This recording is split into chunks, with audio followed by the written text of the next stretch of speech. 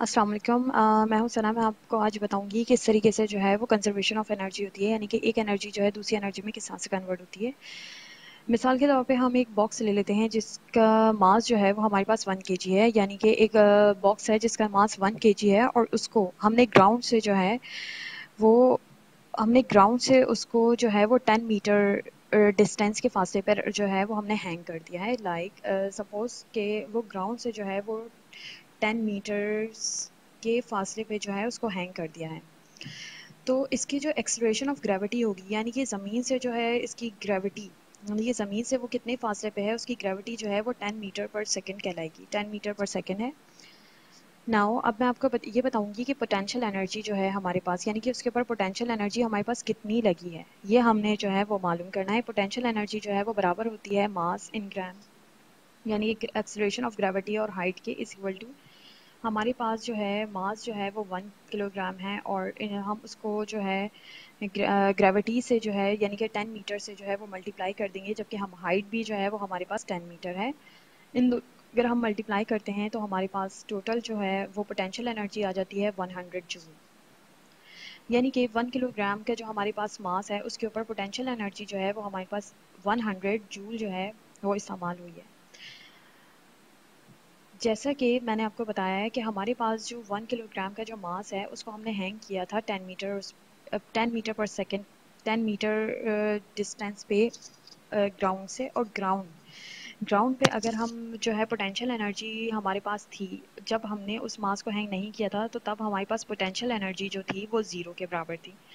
जबकि अब जब हमने उसको हैंग करने के बाद जो हमारे पास पोटेंशियल एनर्जी आई है, mass into gram into height हमने रखी है, तो हमारे पास 100 जूल जो है उसकी पोटेंशियल एनर्जी आई है। जबकि जब वो ग्राउंड पे हमारे पास बॉक्स था तो उसकी पोटेंशियल एनर्जी ज़ीरो थी।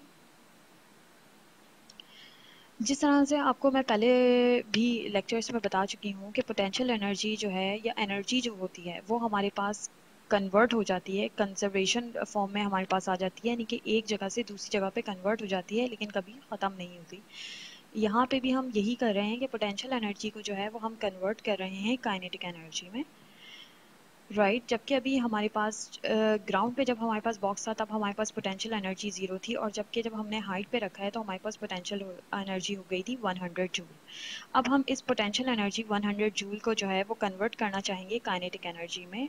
तो काइनेटिक एनर्जी में हम इसको इस तरह से कन्वर्ट करेंगे कि जब हमारे पास पोटेंशियल एनर्जी 100 जूल आई है, और जब हमने किलोग्राम 1 kg मास, 1 kg हमारे पास जो है बॉक्स, उसको अगर हम दोबारा से ड्रॉप करते हैं ज़मीन पे, तो उसके ऊपर यकीनन कोई ना कोई जो है वो वेलोसिटी अप्लाई होगी, यानी कि वो ऊपर से जब नीचे आके गिरा है तो उसके ऊपर यकीनन कोई ना कोई वेलोसिटी जो है वो अप्लाई हुई होगी।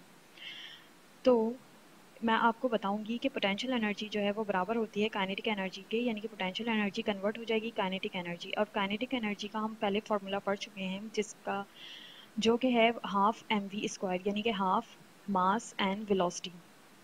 100 जूल जो है मैंने पोटेंशियल एनर्जी का यहाँ पे रखा है, एंड 100 जूल जो है वो हमारे पास यानी कि काइनेटिक एनर्जी बराबर है।